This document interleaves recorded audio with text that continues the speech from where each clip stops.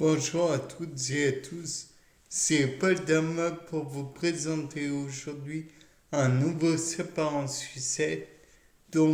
Aujourd'hui, je me suis dit que peut-être il était envisageable de penser à une pseudo façon de détruire les tumeurs via un apport énergétique.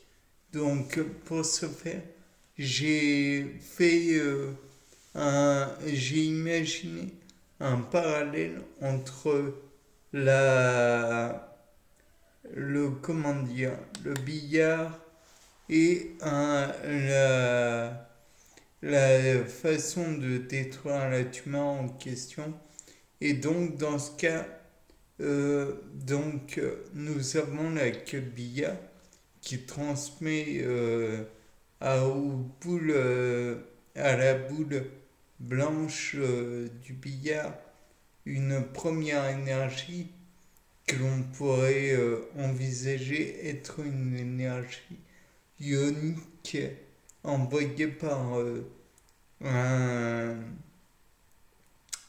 un tube cathodique. Si je puis vous rappeler, les tubes cathodiques, par exemple, c'est les tubes, par exemple, des vieux téléviseurs. Donc, inutile maintenant, ça, je doute que l'on en trouve encore. Mais bon, c'était une vieille technologie où on envoyait des électrons heurter l'écran avec des... Enfin bref, peu importe.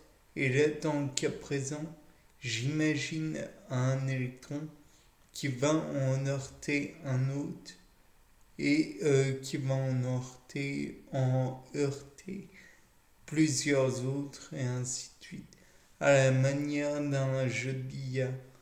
Et dans ce cas, il donnerait à chaque fois un électron et chaque électron serait donc rendrait la molécule heurtée euh,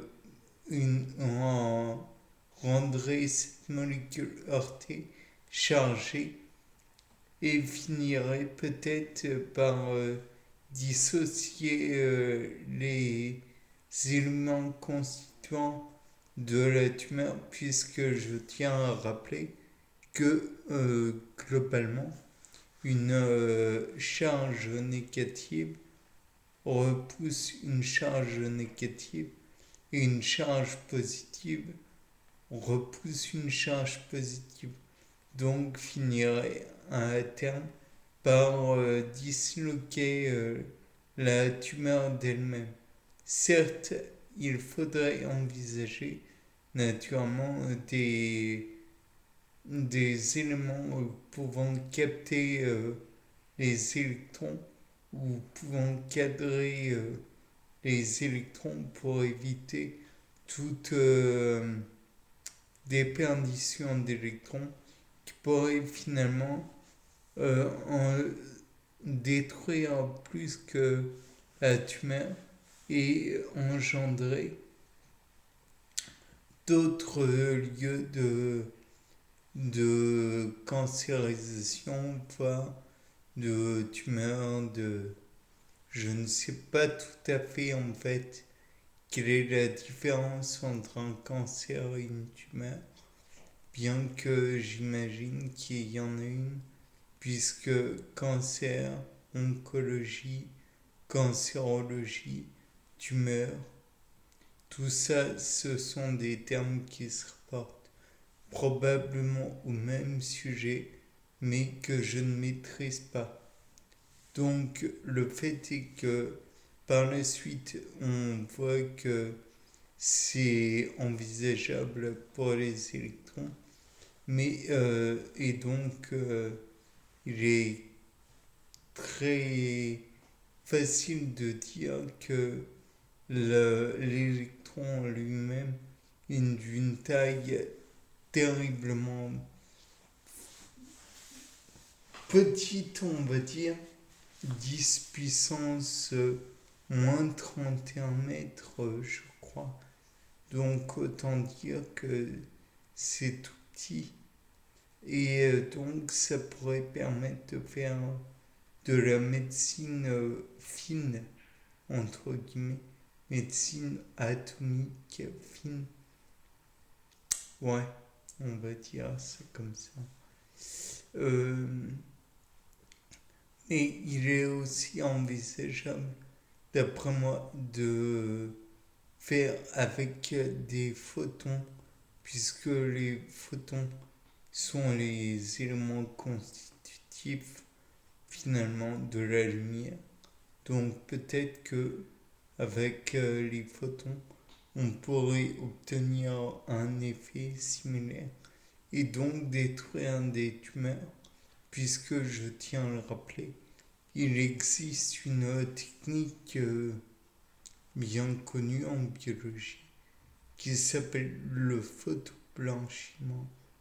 Et le photoblanchiment permettrait donc pour les éléments colorés, bien sûr, et donc de détruire, mais réversiblement, quelques protéines colorées. Ou alors, peut-être, si l'on intensifiait la charge de lumière, peut-être que l'on pourrait en mettre des doses qui pourraient rendre l'effet plus ou moins prolongé. Ou alors, peut-être que on pourrait mettre un élément simple qui ferait de la lumière uniquement en contact avec d'autres éléments et détruirait l'élément en question. Bien sûr, tout cela reste du ressort de l'hypothèse. Il est aussi envisageable de faire les manipulations dont je viens de parler, peut-être avec des éléments radioactifs plus ou moins lourds, peut-être du deutérium, peut-être du tritium pour le plus léger, je ne sais pas. Mais toujours est-il qu'on en consomme au quotidien, donc peut-être que ça aurait un impact mitigé, voire nul. Et donc cela ne serait pas utile de l'employer. Néanmoins, on peut aussi envisager que cela puisse être une alternative à certaines radiothérapies ou certaines chirurgies du cerveau qui pourraient être périlleuses dans certains cas. J'imagine que ça a dû être envisagé par beaucoup de monde. Bien, sur ce, c'était Paul Dam. Au revoir.